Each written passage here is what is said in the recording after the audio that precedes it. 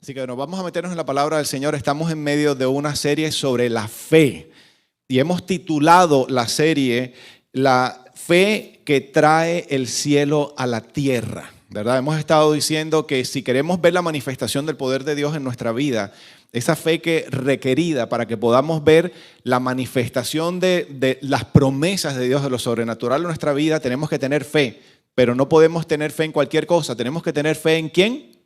En Dios. Y este va a ser el tercer mensaje y hemos establecido algunos fundamentos acerca de esta serie. Hemos dicho que fe implica necesariamente obedecer, ¿verdad? Obedecer a Dios. No es simplemente se me ocurre, tengo una brillante idea. Si esa idea no está de acuerdo con los propósitos de Dios para nuestra vida, si esa idea no está respaldada por su palabra, puede ser simplemente una idea fantástica. Y si comenzamos a operar basado en algo que está en contra de lo que Dios quiere para nosotros, viene dolor. Porque eso significa actuar irresponsablemente, eso significa ser arbitrario y Jesús previno acerca de ese tema, si ustedes lo recuerdan. No nos lanzamos al vacío. Dígale que está al lado suyo, no podemos ser irresponsables, no nos podemos lanzar al vacío. La fe es un tema muy importante para nosotros, los creyentes, los hijos de Dios, para la iglesia de Jesucristo, porque dice la palabra de Dios que el justo por la fe vivirá. Es una orden, es un estilo de vida en donde el proceso consiste en Dios da las órdenes, nosotros escuchamos sus órdenes y obedecemos a pesar que no nos parezca, a pesar que sea absurdo, a pesar que sea difícil, a pesar que esté en contra de todo lo que nosotros creemos, a pesar de lo que puedan opinar las personas que están alrededor de nosotros. Obedecemos y entonces veremos las consecuencias. Amén. Ahora, ¿cuándo hay que obedecer? Diga conmigo, inmediatamente. Inmediatamente. ¿Por qué? Porque si Dios me dice, tienes que llamar a un señor que se llama Luis Arturo Melgar ahora y le vas a presentar las buenas noticias de salvación, yo no puedo dejar eso para dentro de un mes o para pasado mañana, porque yo no sé qué pudiera estar ocurriendo en la vida de Luis y él posiblemente, si Dios dio esa orden, es porque tiene que escuchar o tiene que ser evangelizado hoy, no mañana. Ya mañana pudiera ser demasiado tarde.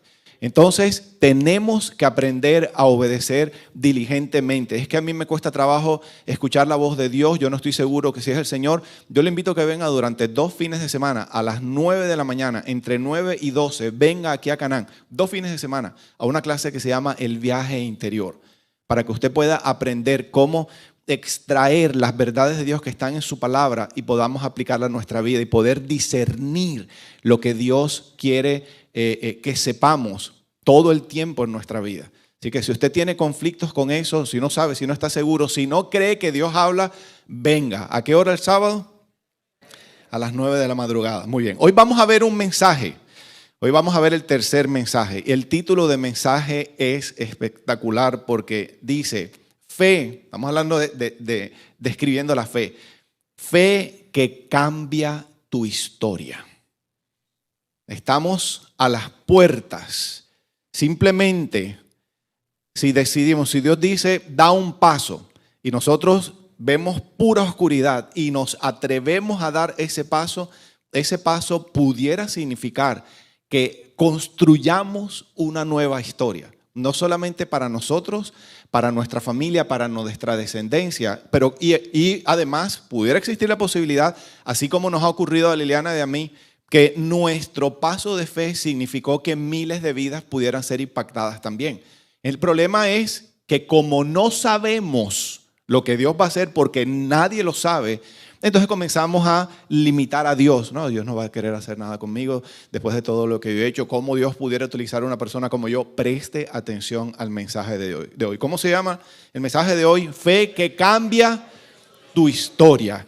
Y está basada en un pasaje que está en Lucas capítulo 5. Vamos a leer de los versículos del 1 al 11. Y tiene que ver con uno de sus discípulos. Esto fue al principio del proceso. Tal vez es el segundo momento en donde es mencionado un hombre que terminará siendo uno de los apóstoles más poderosamente utilizados por el Señor. Lucas capítulo 5, voy a leer la versión de las Américas, dice así. ¿Está todo el mundo listo? ¿Recibieron las notas? Sí, ok, necesito que hoy esto lo vamos a hacer bastante participativo, incluyendo a las personas que están por fuera, que aquí los tengo. Ahí la última que escribió fue Abril Rodríguez, te mando un abrazo, Abril. Y dice, y aconteció que mientras la multitud se agolpaba sobre él, refiriéndose a Jesús, para oír la palabra de Dios, dice, estando Jesús junto al lago de Genesaret, en otra versión dice que ese es el mar de Galilea, esa otra manera como se llamaba el mar de Galilea, vio Jesús 2 barcas que estaban a la orilla del lago. ¿Cuántas barcas había? 2. ¿Cómo se llamaba el sitio donde está ocurriendo todo esto? Es el mar de Galilea también. Dice, vio 2 barcas, pero los pescadores habían bajado de ellas y estaban lavando las redes. Esto fue por la mañana. Los pescadores, los que saben de pesca, saben que se pesca de noche y ellos habían terminado su jornada de trabajo, ya se habían bajado y estaban lavando las redes. Y subiéndose Jesús a una de las barcas, que era de Simón, que posteriormente iba a ser llamado Pedro, ¿verdad? De Simón Pedro, Jesús se subió a la barca de él. ¿Cuántas barcas había? 2. Una de ellas era de Simón. Pidió que se separara de tierra un poco la barca y sentándose enseñaba a las multitudes desde la barca. Todo iba bien. Pedro vio que Jesús se subió en su barca y aparentemente no tuvo ningún problema. Todo está bien.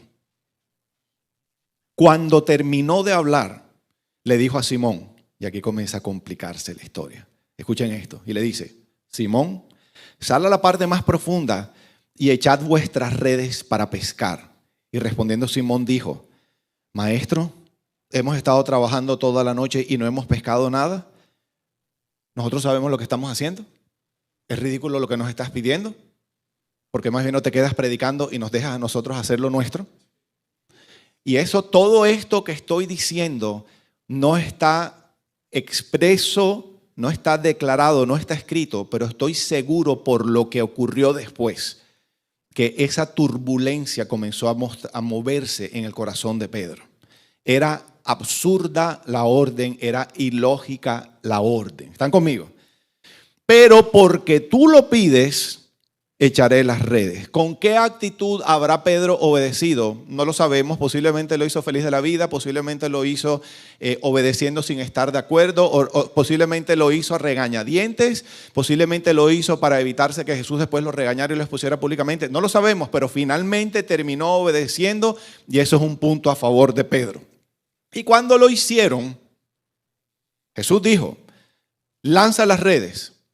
Cuando obedecieron, ellos sabían que era lo que iba a ocurrir después. Pero cuando obedecieron, recuerden que la fe es obediencia inmediatamente a Dios.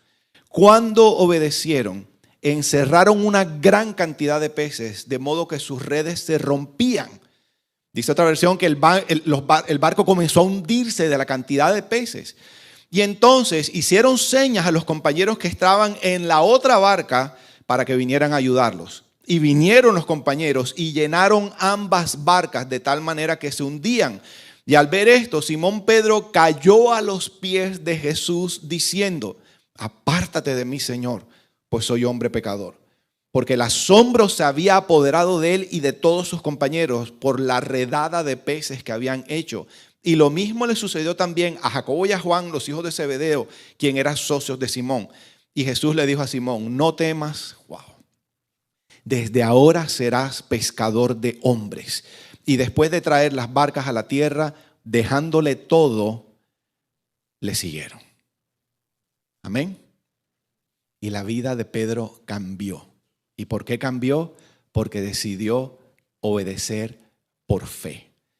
Y vamos a desmenuzar entonces este pasaje hoy. Este pasaje ilustra un principio espiritual.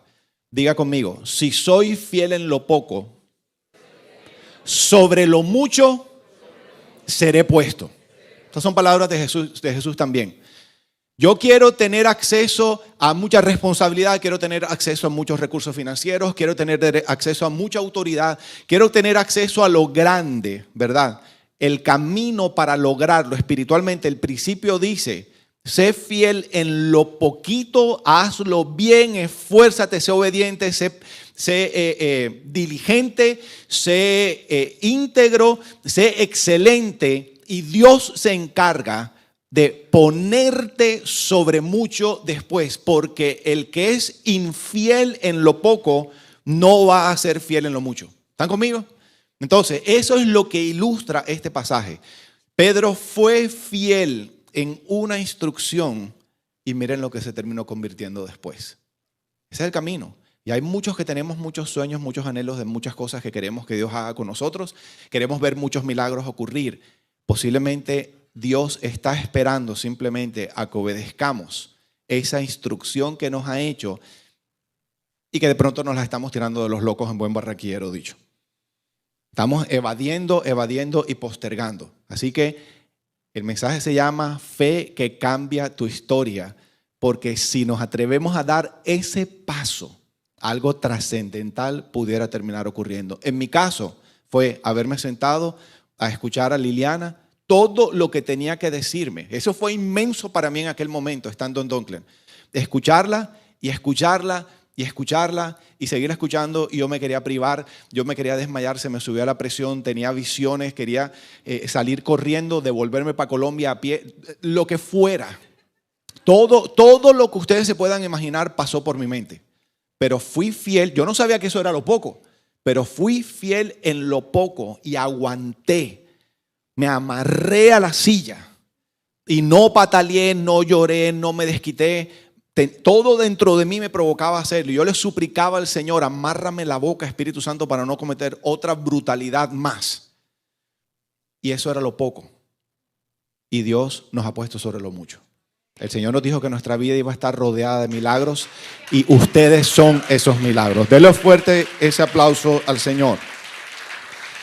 Entonces, si ustedes han leído la Biblia, han podido ver que Pedro tenía una personalidad muy particular. Y Jesús, a pesar de eso, lo escogió. Ayúdenme a describir la personalidad de Pedro. ¿Qué han escuchado, qué han leído acerca de él? Era imprudente, era impulsivo, era, ¿cómo?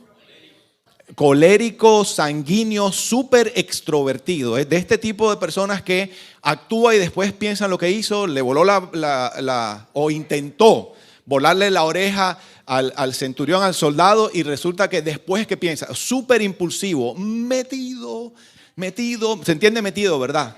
Le gusta estar ahí, como escuchamos hace poquito, si iba a un matrimonio, él quería ser la novia. ¿Te acuerdas de ese cuento? Si voy a un funeral, quiero ser el muerto, el que está en el cajón, metido, el centro de atención. Si voy a un quinceañero, quiero ser la quinceañera. Así era Pedro. Y a pesar de eso, Jesús lo escogió como discípulo. ¿Por qué Jesús lo escogió en ese momento? Iba a ser de él un discípulo después. Pero ¿por qué lo escogió en ese momento, a pesar de todo lo que él era? La respuesta es porque tenía una barca. Tenía un bote. Tenía algo que Jesús podía utilizar. Tenía un bote y además cumplía con todas las características de la personalidad que Jesús estaba buscando para que formara parte del equipo de 12 que él iba a entrenar.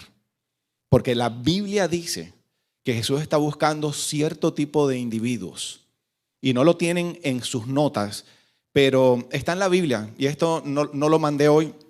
Esto está en 1 Corintios capítulo 1, versículo 26, porque esto fue esta mañana temprano. Y quiero leer esto rápido para que ninguno se descalifique. Diga conmigo, no me vuelvo a descalificar. Si ustedes cumplen con alguna de estas características, no se vuelvan a descalificar más nunca. Dice el Señor, recuerden, amados hermanos, dice el apóstol Pablo, recuerden, amados hermanos, que pocos de ustedes eran sabios a los ojos del mundo o poderosos o ricos cuando Dios los llamó. Levánteme la mano los adictos en restauración que están aquí. No bajen la mano. Levánteme la mano los codependientes que están en restauración aquí. Y los que están en negación, levanten el resto de la mano.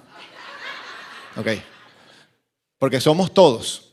En un escalafón, en una sociedad de categorización de una sociedad, por dónde anda. Dice que hay ciertos tipos de personas, ¿verdad? Habla de los sabios, de los poderosos, de los ricos. De pronto están arribita, ¿verdad? Pero ¿por dónde andan los adictos y los codependientes? Abajo. Y dice, de entre los llamados no hubo muchos sabios o poderosos o ricos. En cambio, Dios eligió lo que el mundo considera ridículo para avergonzar a los que se creen sabios. Ya vamos a ver por qué. Y escogió cosas que no tienen poder para avergonzar a los poderosos. Y Dios escogió lo despreciado por el mundo y por la religiosidad también, lo que se considera como nada, y lo usó para convertir en nada lo que el mundo considera importante. Como resultado de esto, nadie puede jamás jactarse en presencia de Dios. ¿Por qué Dios escoge personas así como Jaime García? O como algunos que se pueden identificar conmigo, pecadores, evidentemente pecadores, porque después de todo lo que yo he hecho, ¿cómo yo le robo la gloria a Dios? Pero cuando alguien es muy capaz humanamente hablando, cuando alguien es muy sabio, muy poderoso, muy rico, puede decir, cuando es usado por Dios, pudiera confundirse y decir, soy yo, gracias a mi talento, a mis capacidades, a mi experiencia, a mi dinero, que esto ocurrió. Entonces Pedro calificaba dentro de esas características de las personas que están, a los que Jesús le puede estar poniendo el ojo encima para convertirlo en su discípulo. Diga conmigo, Dios no comparte su gloria con nadie. Dios no comparte su gloria con nadie. Entonces, ¿por qué Jesús terminó escogiendo a Pedro? Porque Pedro tenía una barca, porque Pedro tenía un bote. Ahora, Jesús es Dios. Es Jesús hecho hombre, ¿verdad? Tiene todo el poder para hacer milagros. Él es el creador de todas las cosas. Si Jesús quería hacer el milagro de los peces, Él pudo haber caminado sobre el agua. Él pudo haber hecho lo que quisiera. Pudo haber escogido la otra barca. ¿Por qué escogió la de Pedro? Porque quiso. No había nada de especial ni en la barca ni en Pedro. Ya lo hemos descrito. ¿Y por qué es importante que entendamos eso? Porque si este mensaje es para nosotros, nos tiene que quedar claro que Dios nos quiere utilizar para hacer milagros. Nosotros vamos a ser los primeros beneficiarios de ese milagro, pero su poder, su gloria va a quedar manifiesta a los ojos de todo el mundo. Y debemos estar agradecidos que nos escogió a nosotros para hacer ese milagro, porque pudo haber escogido a otro. Y se requiere, para vivir por fe, se requiere que tengamos ese tipo de humildad. Yo hace poquito decía, ¿qué hubiera pasado con Canaán si yo no hubiera obedecido? Y se me ocurrieron dos opciones en ese momento. Dije, posiblemente Dios hubiera escogido a otro, y dije, posiblemente Canaán no existiría. Hoy estoy convencido que me equivoqué en esa otra parte. Canaán iba a existir. De pronto hubiera sido en otro lugar, de pronto hubiera sido Juan Carlos el pastor. O mejor no. Mentira. Sabes que yo te amo. Pero yo no soy indispensable.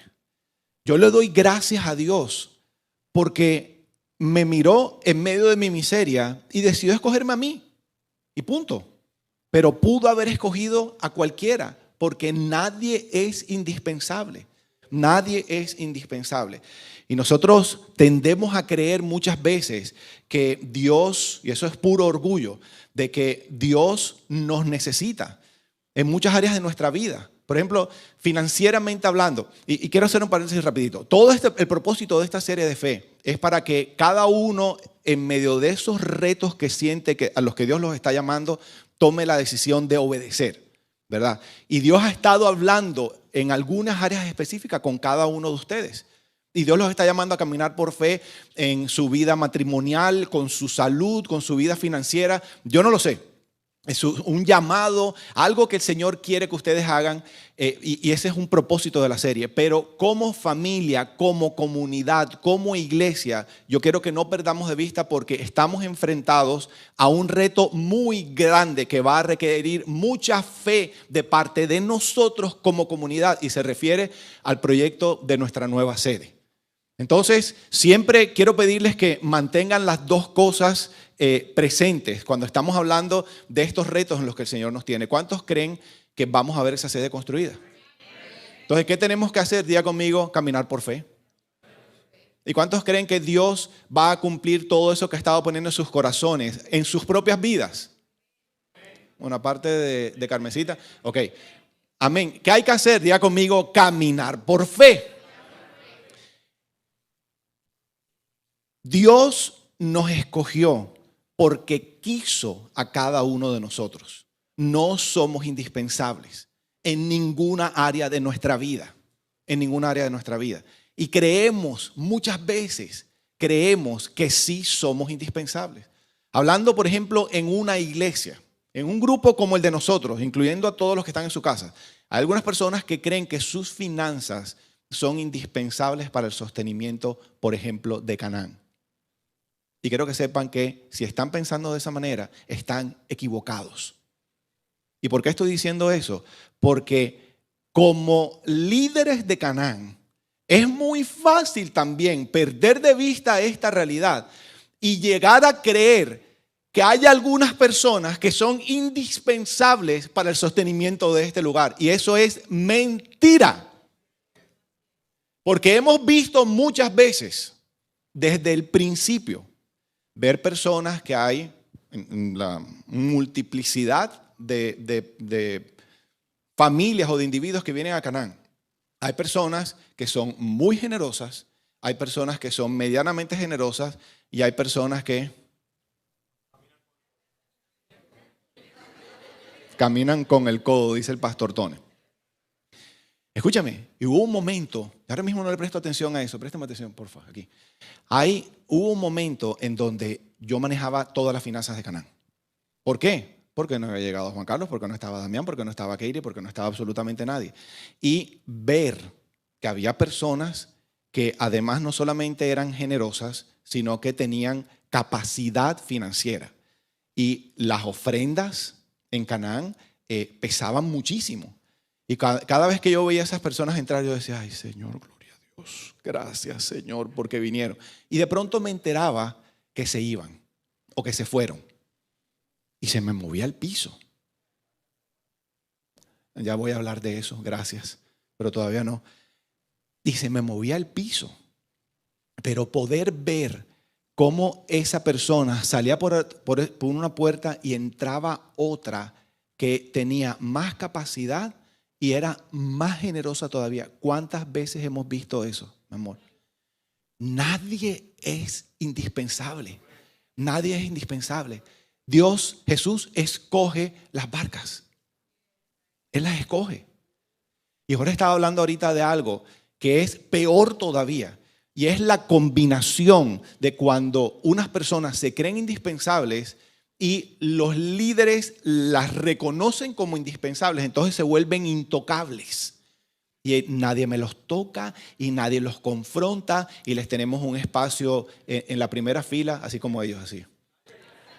Vienen en la primera fila porque son los más especiales. Y esas personas tienen un nombre, Se llaman vacas sagradas.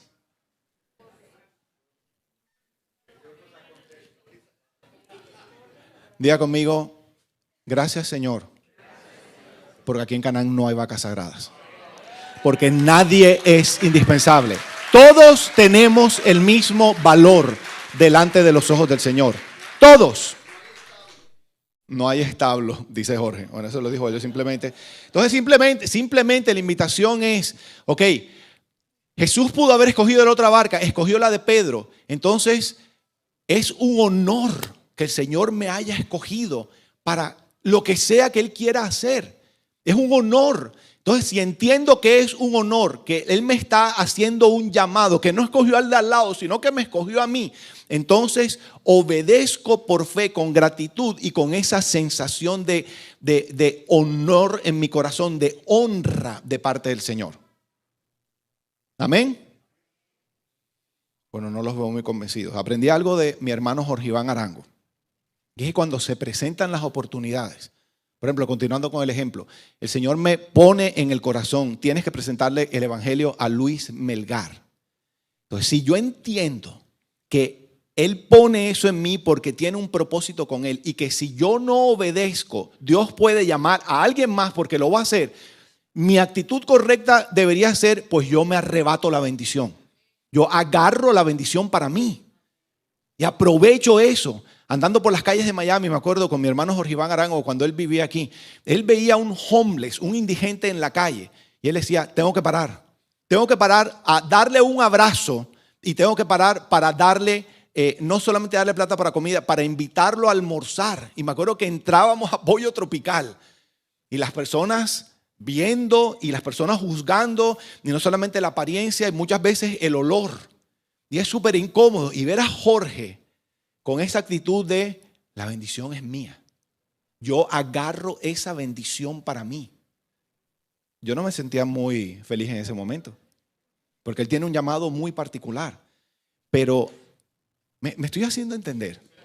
Dios decide escogernos para hacer algo a través de nosotros. Nuestra parte es obedecer por fe, con gratitud, entendiendo que la bendición, que tengo la oportunidad de arrebatar la bendición para mí. Y si yo no la arrebato, me pierdo ese honor y alguien más lo va a agarrar. Entonces, ¿qué les está pidiendo el Señor? ¿Qué les ha estado pidiendo el Señor? Para mí cada vez es más claro. Pudo haber sido otro el que estuviera enseñando aquí. Yo agarré la bendición. No sabía realmente para dónde iba todo esto. Simplemente seguía disparando clavos. Y enfrentando a Lili. Y enfrentando a mis hijas. Dios nos ha dado la bendición y es una honra. Y estoy refiriendo en este momento a esta generación. Dios nos escogió a nosotros para construir la sede de Canaán. No a otra generación, a nosotros. Entonces la pregunta es, ¿quién va a formar parte del equipo que dice, yo agarro esa bendición para mí? Ustedes se imaginan el gozo cuando nosotros podamos. No, vamos a darle un aplauso al Señor mucho más fuerte.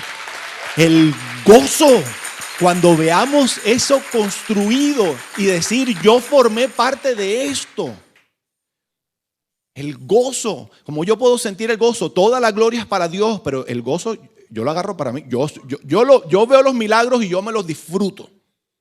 Le doy la gloria a Dios, pero yo me los disfruto de ver los testimonios de tantas vidas que están siendo transformadas. El gozo es mío. Entonces, ¿qué era lo que tenía Pedro? Una barca. Pedro tenía algo que Jesús quiso usar, una decisión unilateral de Jesús para hacer un milagro. ¿Qué tenemos cada uno de nosotros que Jesús nos quiera o que tal vez nos ha estado pidiendo porque quiere usar eso que finalmente Él igual nos ha entregado para hacer un milagro? Y ahora yo los quiero escuchar a ustedes y a todos los que están en el chat. ¿Qué tenemos? ¿Qué tenemos disponible para el Señor? ¿O qué estamos dispuestos? Ya te doy la palabra, su merced.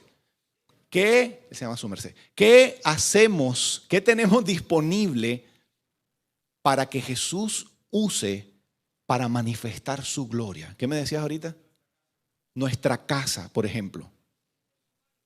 Nuestro testimonio. ¿Cuántos tienen un testimonio de algo poderoso que el Señor haya hecho? Ok, ¿quién lo conoce?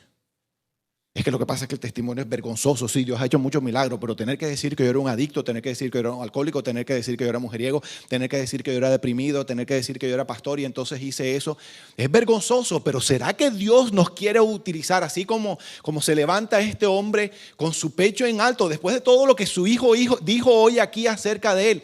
Y se levantó, yo no sé si ustedes lo vieron, él se levantó mirando al cielo, dándole gracias y gloria al Señor, dando testimonio, diciendo: sí, yo hice todo esto, pero es más grande lo que Dios es capaz de hacer.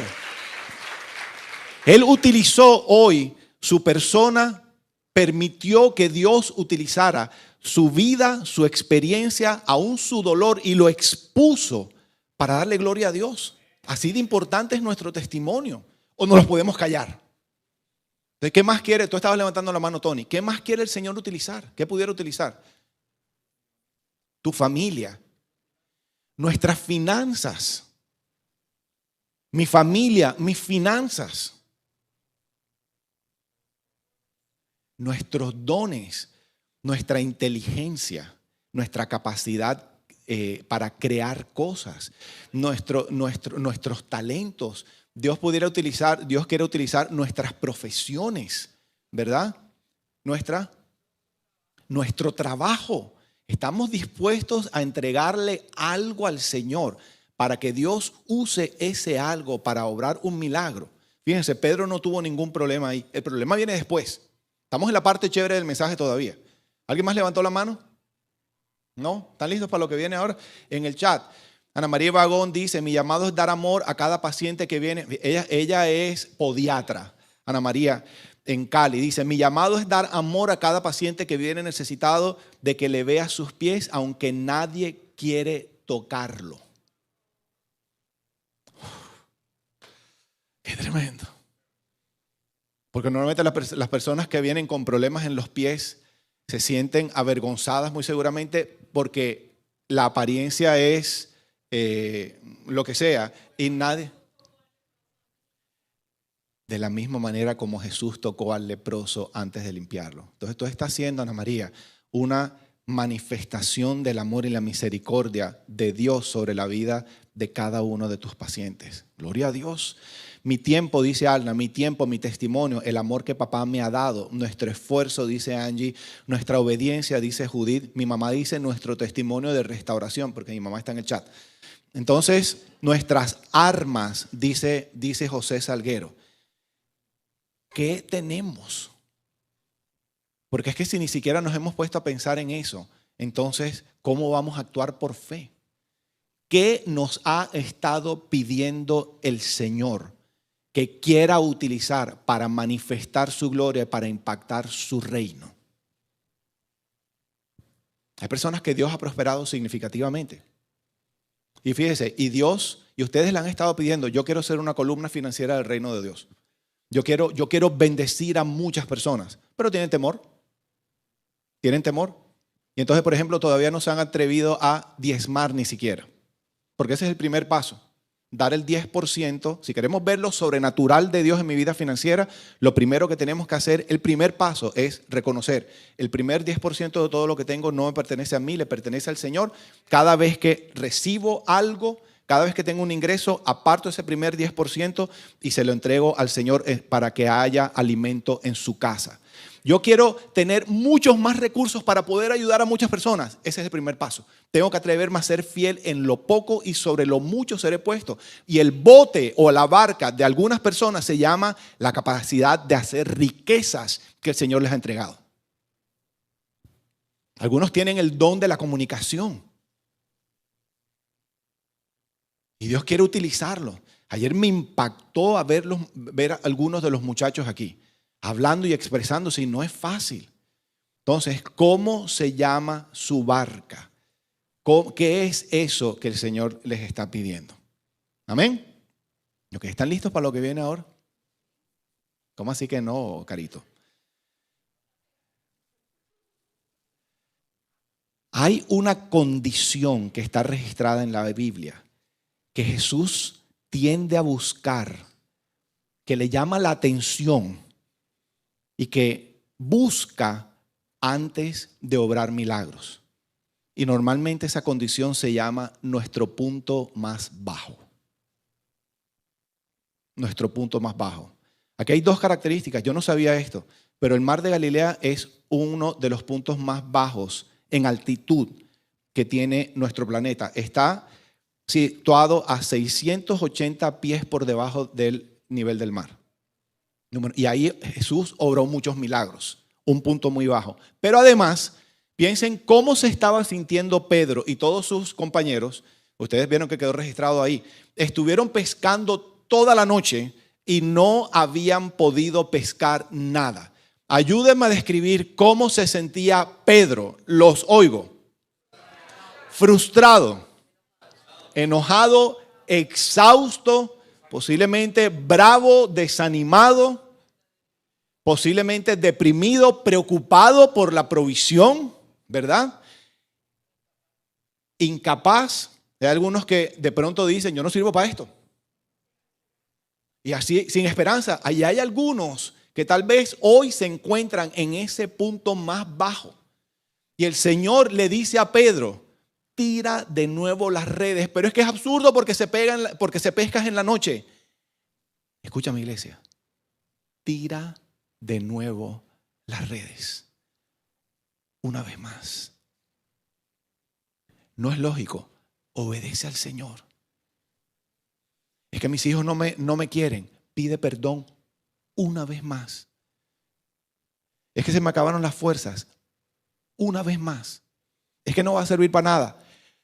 Una vez más. No sabes lo que Dios puede hacer. Tal vez el Señor simplemente estaba esperando a que llegaras a este punto. Hay una historia, está registrada en el libro de Hechos. Pablo estaba junto con un montón de gente en un barco. Y dice que iban todos a morir. Y dice la Biblia, creo que esto es Hechos 27, que cuando ya habían perdido toda la esperanza, ese es el punto más bajo, se apareció un ángel y le dijo, tranquilo que no se va a morir nadie. Y efectivamente no se murió nadie. El punto más bajo es que se me acabaron las finanzas. Y el Señor me está diciendo que siembre una vez más. Es que tengo que confesar una vez más. Es que tengo que arriesgarme, atreverme, volver a tocar la puerta a ver si se abre. Una vez más. Una vez más. Una vez más. Es que me han tirado la puerta en la cara 700,000 veces. Una vez más. ¿Qué pudiera ocurrir? No lo sabemos.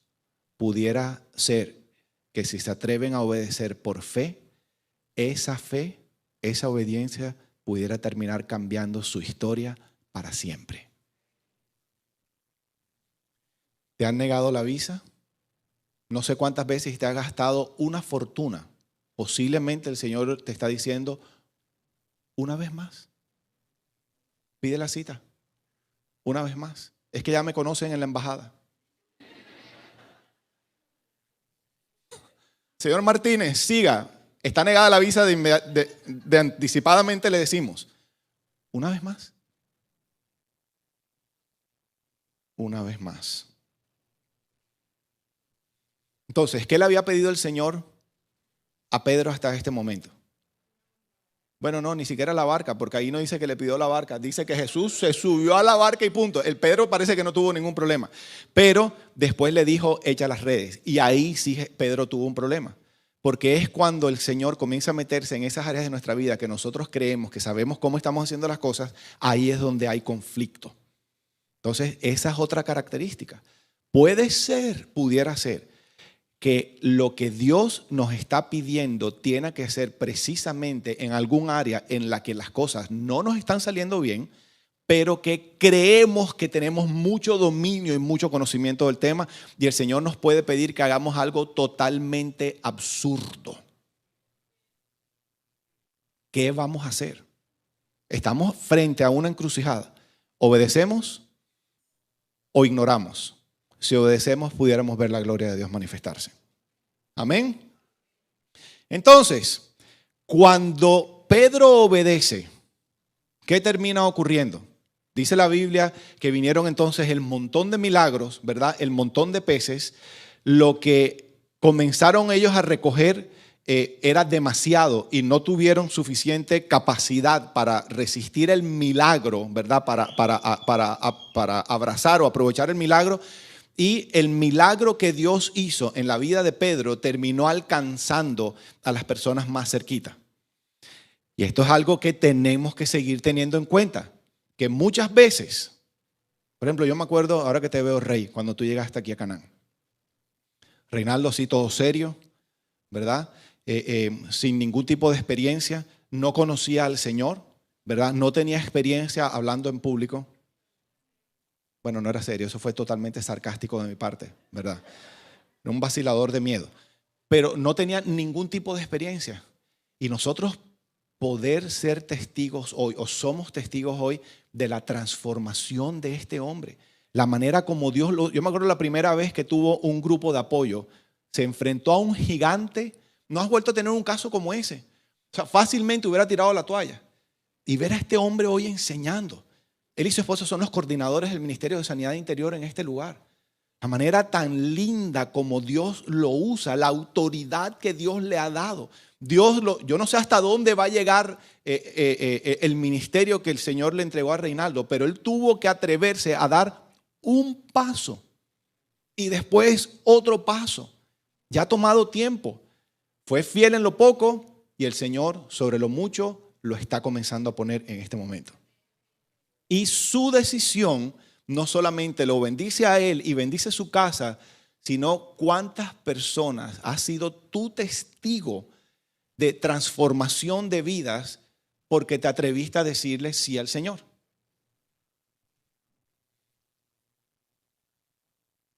Y nuestros hijos pudieran ser impactados. Y nuestro matrimonio pudiera ser transformado. Personas que no conocemos pudieran ser impactadas. Y de pronto nunca lo veamos.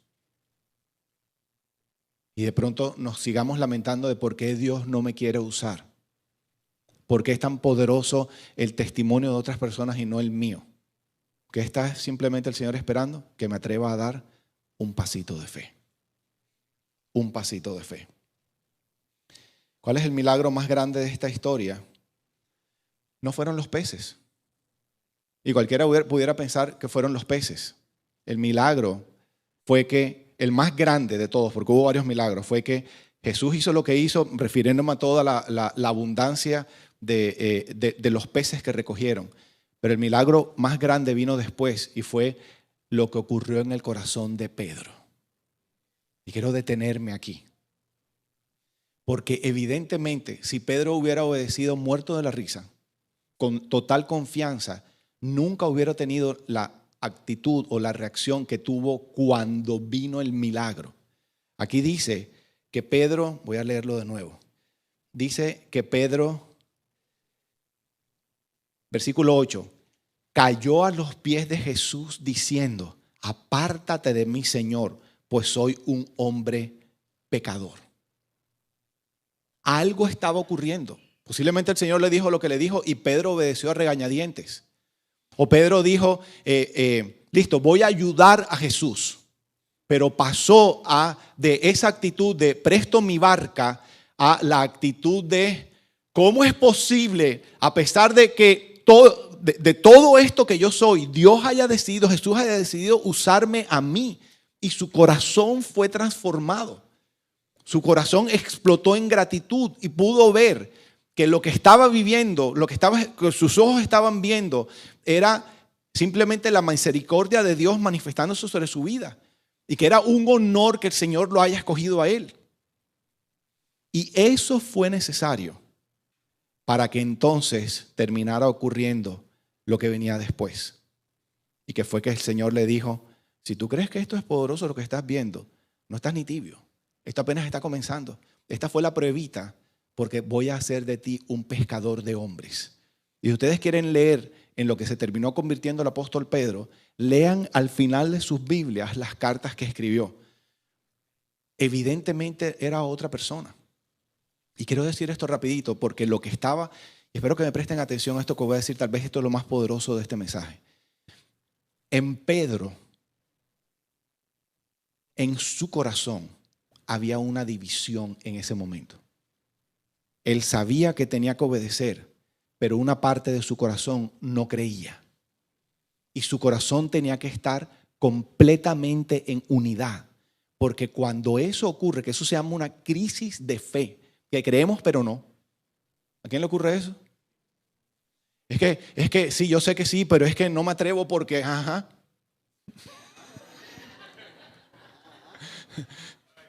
Yo sé que tengo que pedir perdón, pero vienen todas las consecuencias y entonces no me atrevo. Mientras exista la crisis de fe, no voy a atreverme a caminar por fe. Y Dios nos está llamando a que creamos con todo nuestro corazón, Porque cuando no creemos con todo nuestro corazón, dice la Biblia que somos hombres de doble ánimo, que son inestables en todos sus caminos. Y quiero contarles algo que me ocurrió, porque por aquí voy yo en mi proceso. Tengo 5 minutos para hacer esto. Hace poquito Liliana y yo estuvimos de vacaciones. Y el Señor en el sitio en el que estábamos observando, estábamos en un sitio donde evidentemente hay mucho dinero. Y comencé yo a ver la cantidad de adicciones que se estaban moviendo y el despilfarro y las drogas y en fin, todo lo que estaba ocurriendo. Y el Señor comenzó a hablar conmigo en medio de todo eso. Y yo le decía, Señor, yo estoy convencido que tú quieres prosperarme. Préstame atención, por favor. Yo estoy convencido que tú quieres prosperarme. Muchos de ustedes han leído el libro que yo escribí que se llama Restauración Financiera. Estoy convencido de los principios de prosperidad del reino de Dios. Estoy convencido, yo enseño sobre eso. Pero yo no había visto que mi corazón estaba dividido. Había otra parte de mi corazón que anhela con todas sus fuerzas, y esto es real en mí, yo anhelo con todas mis fuerzas que el día que yo me muera pueda ser recordado de alguna manera como la gente hoy recuerda a Brother Mickey Evans. Él fue y sigue siendo humanamente hablando, mi héroe. Desde que yo conocí a Brother Mickey, yo dije, yo quiero ser como ese hombre. Y el Señor me entregó el llamado a la restauración. Brother Mickey oró por mí. Y así como lo hizo Elías con Eliseo, me entregó, pidió al Señor que me entregara una doble porción de la unción de restauración que él tiene, o que él tenía en ese momento. Brother Mickey ya se fue con el Señor. Y yo anhelo ser como Brother Mickey. Yo anhelo poder terminar mis días satisfecho, queriendo graduarme al cielo como se fue Brother Mickey cuando el Señor se lo llevó. ¿Y cuál es el problema con eso? Mi corazón estaba dividido. Porque esto que yo anhelo, ver la prosperidad de Dios en mi vida, la prosperidad inclusive material, la abundancia, estaba siendo contrarrestada de alguna manera con este anhelo de ser como Brother Mickey. ¿Pero por qué? Es lo que ustedes no saben. Y esto me lo recordó Lili. Brother Mickey hizo, y fue algo que él hizo un pacto de pobreza.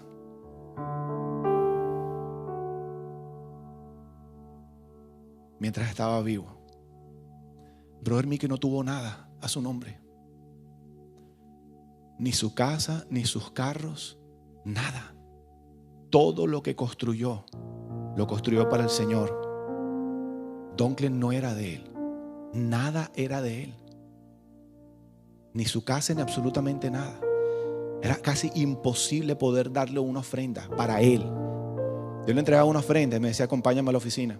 Estas fueron las primeras veces. Y llegaba a la oficina, a la recepción, y decía, venga un momentico, vamos a darle gloria a Dios porque el Señor ha provisto una noche más para un adicto que está a punto de morir.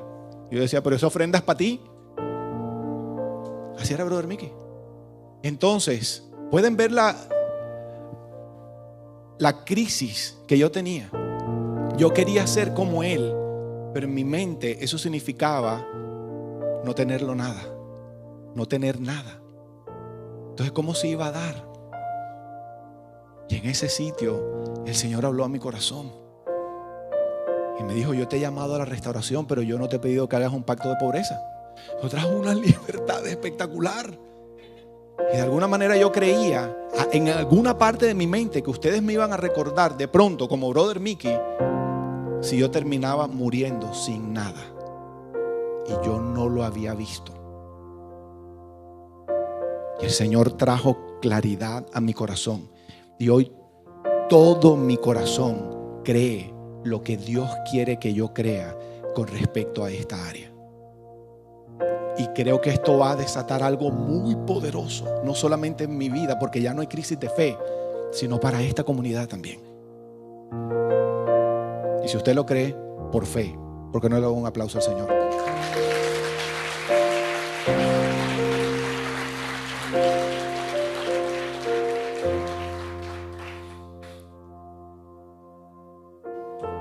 Crisis de fe. A Pedro se le resolvió al final. Entonces Jesús le dijo: tranquilo, a pesar de todo lo que tú eres, te he escogido para hacer de ti un pescador de hombres. Y arranca el ministerio. Dice que él y Juan y Santiago terminaron dejándolo todo para irse detrás del Señor. Entonces, yo quiero invitarlos a analizar, a pensar varias cositas. Lo primero es, ¿qué es lo que el Señor les está pidiendo? ¿Cómo se llama el bote? Que piensen en lo que pudiera terminar ocurriendo si ustedes obedecen. Yo lo estoy viendo. El Señor me dijo que viniera y denunciara por dónde yo iba en mi proceso de crecimiento espiritual en este momento. ¿Qué van ustedes a pensar al respecto? No, yo no lo sé. Podrán pensar que soy un pastor de menos categoría. Yo soy transparente. Esto es lo que es. Y esto es por aquí voy yo. Y el Señor me dijo que compartiera con todo el que se me atravesara. ¿Qué fue lo primero que hice cuando llegamos a Miami, Juan? A ti y Margui les compartí. Yo obedezco. ¿Qué va a venir como resultado de esto? No lo sé. Veremos. Posiblemente Dios tenía que hacer esto primero para que entonces eso terminara siendo una realidad. Y para los que no están viendo, que están por fuera, estoy señalando el proyecto. Pronto lo vamos a tener ahí en grande en el nombre de Jesús. Para que no perdamos de vista la visión. Ese muro es para eso. Vamos a ver el sueño todo el tiempo ahí para que no lo perdamos de vista.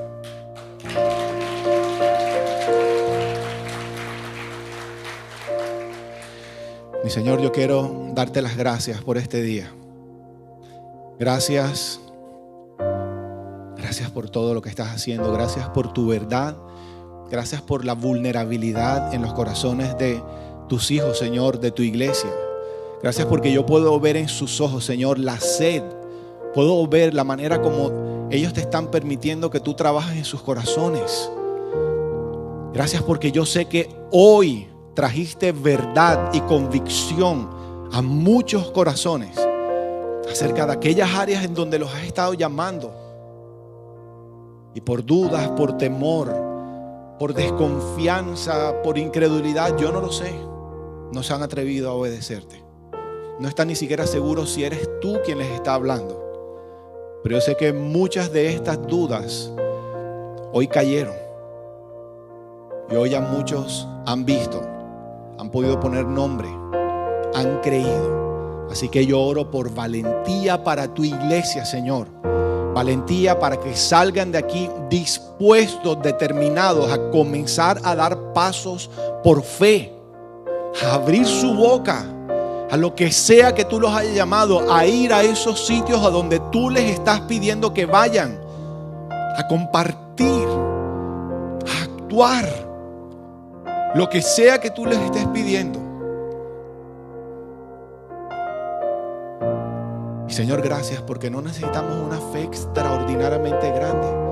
Tu palabra nos dice que basta con que nuestra fe sea del tamaño de una semilla de mostaza, pero que creamos con todo nuestro corazón, así sea poquita la fe.